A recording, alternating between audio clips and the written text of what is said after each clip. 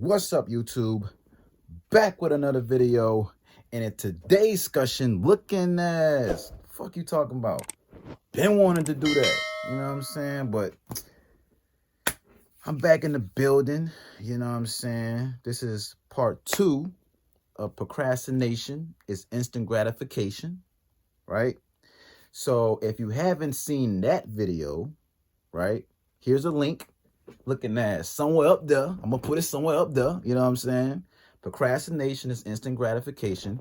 So in the second part of the video, I want to talk about more in depth of what procrastination is. I'm going to talk about different types of procrastination, different layers to procrastination, why people may procrastinate, and also I want to give a few solutions, which I think I'm gonna do in a separate video. But let's get started. You know what I'm saying? So procrastination is instant gratification, right? So we're going to take that concept and we're going to further it. So some of the other reasons why people procrastinate is, let's just get right into it. They are under the belief that they can do things better when they're under pressure. So example of that would be like a college student, right? You have an important deadline that you have to meet, and you think that if you do it under pressure, you actually perform better. But this is an illusion. Because think about it. If you're 6 months out, you know you have a event that needs to be, that event that's coming up and the deadline's coming up within 6 months. Why wait till 2 weeks prior to the event to do something, or a week prior to doing something? So some of the studies that I've came across, they say that people who have this type of action towards procrastination, let's just say, they get a thrill out of it, right? They get some type of rush from knowing that something is so close. It just feels like they do better at doing something, or they, find themselves doing it at an accelerated rate, and they find themselves doing it more efficiently. Procrastinate, that's an illusion. Second thing that, or why people may also procrastinate, is because of a bad day. Say for instance, you're working your 9 to 5, you got to come home and then you got to study and you got to do various other things to keep striving in whatever it is that you want to strive in. Say go to the gym or whatever the case. A bad day, being that you are so emotionally disturbed at this point after coming home from work, you're not going to want to do the stuff that you told yourself you was going to do, or that you dedicated yourself to, because you are tired or you having a bad day. So emotions override intellect. So if emotions override intellect, that means it rules your thinking. It rules the way you it rules the way your mind is in that particular moment. So you know that you need to study, but being that your emotions have overrid your thinking, in that moment, you're going to go off of how you're feeling in that moment. So be very mindful of if you're having a bad day. Also, something else that kind of conjuncts to that is also why people may procrastinate, is because they're tired. So, like I said, you're working your 9 to 5 and you need to study for the last remaining of the day, but you don't do it because you're tired. I highly encourage you, as a solution, to take naps throughout the day. So naps are very powerful. A lot of people don't like to take it. People just like to be on the go, but naps are very powerful. If you look at most animals in the animal kingdom, they take 3 to 4 naps a goddamn day. Look at a little dog, they take naps all day. Look at a cat, they take naps all day. We are closely related to the animal kingdom. We are animals in a sense. So being that society has probed us to be the hamster on the hamster wheel, we can never take a nap. But if you have the opportunity to take a nap, take a nap. It's a science behind taking a nap. Most people don't like taking naps because they say, oh, well, every time I take a nap, I feel groggy. I feel more tired than how it was. Like, naps don't work for me. It's because you're napping too long. You need to make sure you take a nap between 30 to an hour. 45 minutes, maybe is pushing it, but maybe a strong 30 minutes to maybe 40-minute nap. You don't need a long nap, because if you put yourself over an hour or more of sleeping, then you're going to, basically your body's going to start to shut down and start to get into REM sleep or deep sleep. And then you paralyze your body. And now your body is basically in a deep sleep state. And now you're trying to wake up from it. So, I don't want to go more in depth than that. I'll go more in depth than that, but that's the reason why you may feel groggy. So that's the second reason, let's just say. So I want to kind of say this too, that procrastinators, and I got notes, so I'm kind of trying to make sure I stay on point with the notes. Procrastinators want you to believe that they lack motivation and that they lack drive, that they lack effort. This is a smokescreen. They want you to believe that. But the other reason why most people procrastinate is because they fear failure or they fear success. So if you're a person who procrastinates, it's probably because you feel like inadequate. You feel like whatever the goal or task that you're trying to pursue, you don't feel confident enough that you can actually achieve it. So you are in fearful of trying to achieve it. You're in fearful of trying to pursue it, so you procrastinate because you're thinking like, I don't know if I have the correct, skill set, or I don't know if I have the traits, the attributes in order to complete this task. And also, it also comes with a fear of success. You procrastinate. It's on the same polarity, goddamn. You know what I'm saying? So, another reason why you may procrastinate is it's just not your truth. I want you to really think about that. When you're pursuing something, ask yourself, are you doing it for yourself or are you doing it for somebody else? If you are an artist who loves to draw and paint and just be a visual artist and just create everything with your hands, but your parents who went to law school or went to dental school or became a teacher, whatever they do, they're constantly telling you in your ear, you need to go to law school to be a lawyer, or you need to go to medical school to be a dentist, or you need to go to, college to be a professor. If that is not something that resonates with you, you're going to procrastinate because it's not your truth. So like in my last video, I talked about the technique, which is mind, body, and spirit. The spirit correlates to your emotional body or your emotional state. Like I stated in the last video, if I'm not feeling it, I don't fuck with it. A lot of us are doing things that just not our truth, and we do it anyway. But if you start to become more aware that this is not your truth, then you got to ask yourself, why am I even doing it? And that's going to kind of be the reason why you procrastinate, because deep down you're not feeling this shit. It's not your truth. Be honest with yourself. Yeah, so I'm gonna leave it on that note. Another reason why you procrastinate is because the thing that you're trying to pursue, this task, this goal that you have, ask yourself, is it magnetic or is it repelling? And what I mean by that, does it pull you towards it, or is it something that's feel like it's forceful? Like, I love studying, for instance. I love learning. This is something that's not forced. I don't have to be motivated to go pick up a book. I am pulled to this information. I am pulled to learning. It feeds me. So this makes it easy for me to do it every day, all day, 24/7. If I hated studying, if I hated learning different various things, then I'm going to need some accountability. I might need someone outside of me to push me, or I might need some motivation every now and then, because this is something that's being forced onto me. So I have to keep pushing and pushing and pushing to reap the benefits or get the results or whatever it is that I'm trying to pursue. Right? So ask yourself, this particular goal or whatever you have in mind that you want to do, is it pulling you or is it forceful? And that can kind of narrow things out of why you procrastinate, because if it's pulling to you, you're not going to procrastinate. It is what it is, right? Okay, so with that being said, I want to talk about the different types of procrastinators. So I'm just going to name two that resonate with me heavy. And I have a little bit of Virgo energy in me. So one of the things that most people procrastinate is because they are perfectionists. I got this shit bad. As a perfectionist, just ask yourself, are you a person who's always trying to walk a straight line? If you're a Virgo or you got Virgo in your chart, I'm talking to your motherfucking ass. You are a perfectionist. Literally, you will not put out your content. You will not talk to people on social media. You will not talk to that girl. You will not do anything that's ideal. If it's not in an ideal situation, an ideal environment, because it has to be perfect, you're going to procrastinate. You know what I'm saying? I might be in the gym and I see this badass motherfucking female that I want to talk to, but I'm looking at my gear like, man, I'm not even fresh. You know what I'm saying? My muscles not pumped up. Let me go get pumped up first. I gotta look perfect. So when I walk up to her, she gonna be like, damn, this nigga look good. I'm taking my time to get pumped up. She done walked out.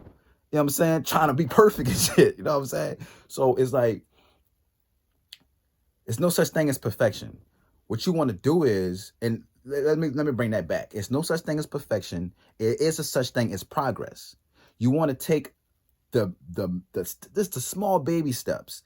You want to practice imperfect action. What imperfect action is that by you constantly just practicing without the idea of being perfect towards doing something, you're going to over the period of time, you're going to start to perfect what it is that you want to do. You know what I'm saying? So for instance, like, I don't like doing, YouTube videos. I was like, oh my God, like, let me, I didn't like this video. Let me edit this. Let me edit that. I'm just looking for this perfection. And it's like, fuck that. Just put the video out. Just put it out. As you go, you're going to start to perfect. As you go, you're starting to progress. As you go, you're not procrastinating. It's not about perfection. Stop worrying about what other people may think. Because everyone's a perfectionist to a certain degree. But Virgo's got it bad. I already know it's hitting on. You know what I'm saying? So if you're a perfectionist, really pay attention to you. That's what you're really doing. Perfectionist people, or people who are into perfectionism, have the slowest time progressing. Big facts.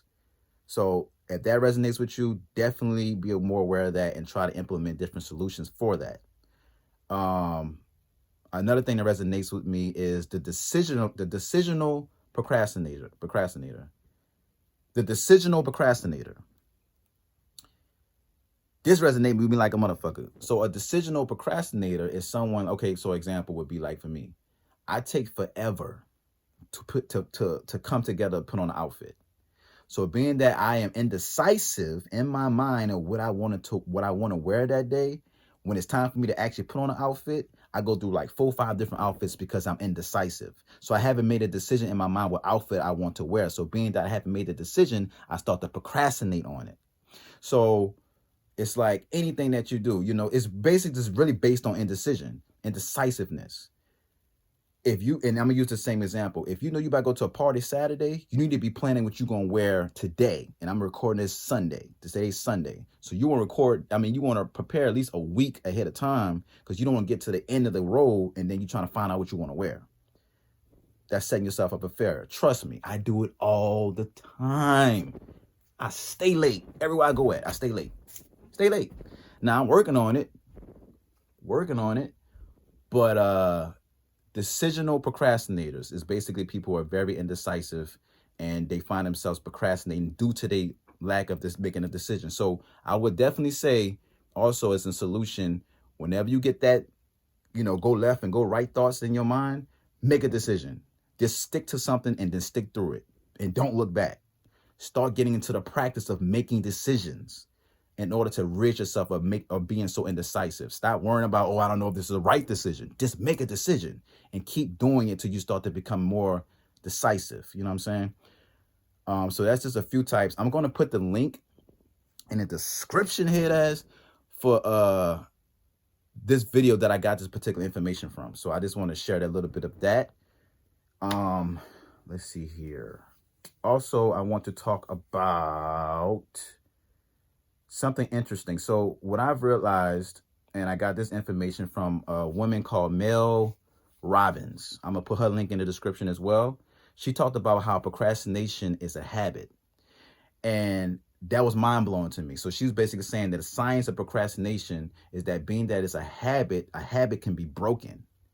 So, of course, what creates habits is something that you do repeatedly, something that you become, something that's a practice for you. So when you think about procrastination, we all have become masters of procrastination. How do you become a master of something? You practice it over and over and over and over until you become a master of what it is that you're trying to achieve.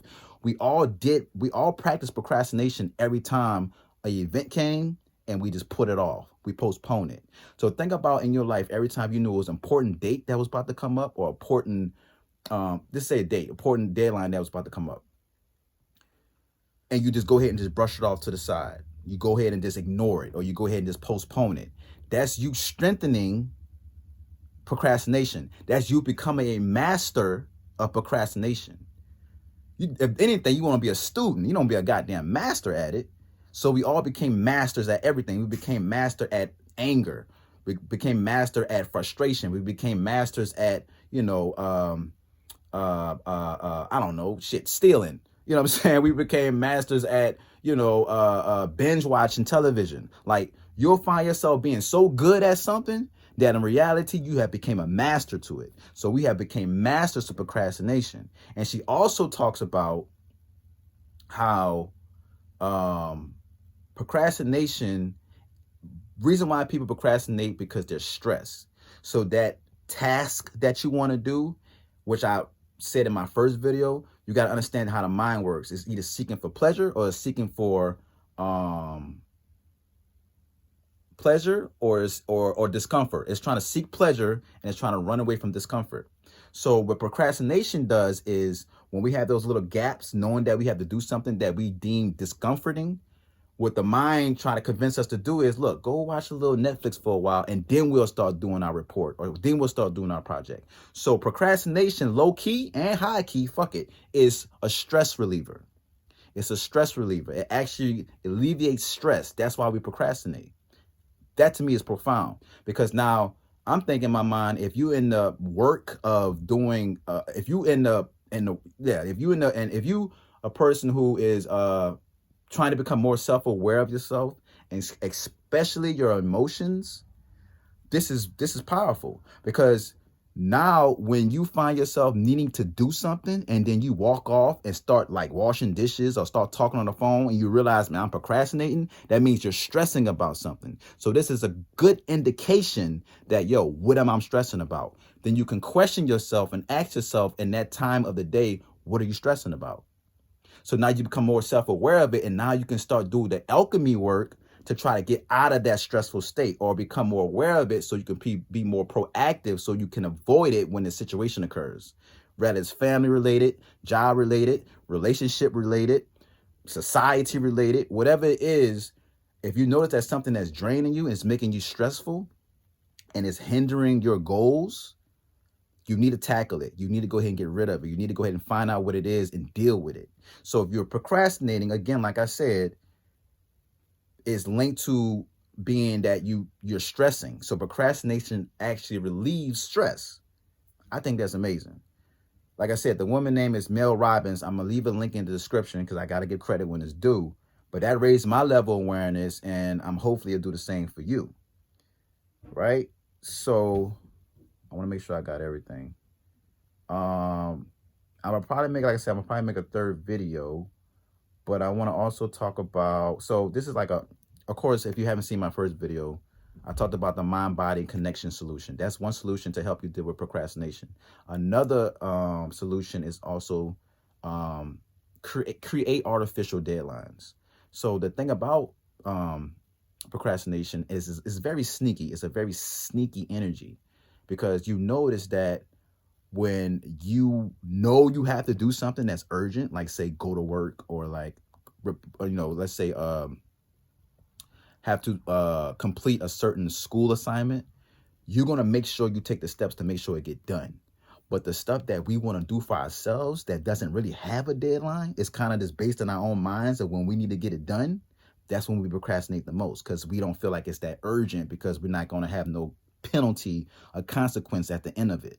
Right? But in reality, you is going to have a penalty and consequence, because this is for your self-growth and development. It's for you. You come first. Everything else is second nature. Well, secondary, not second nature. So create artificial deadlines. So if you have a goal in mind, set the goal for 30 days. If not 30 days, set it for 60 days, depending on the goal.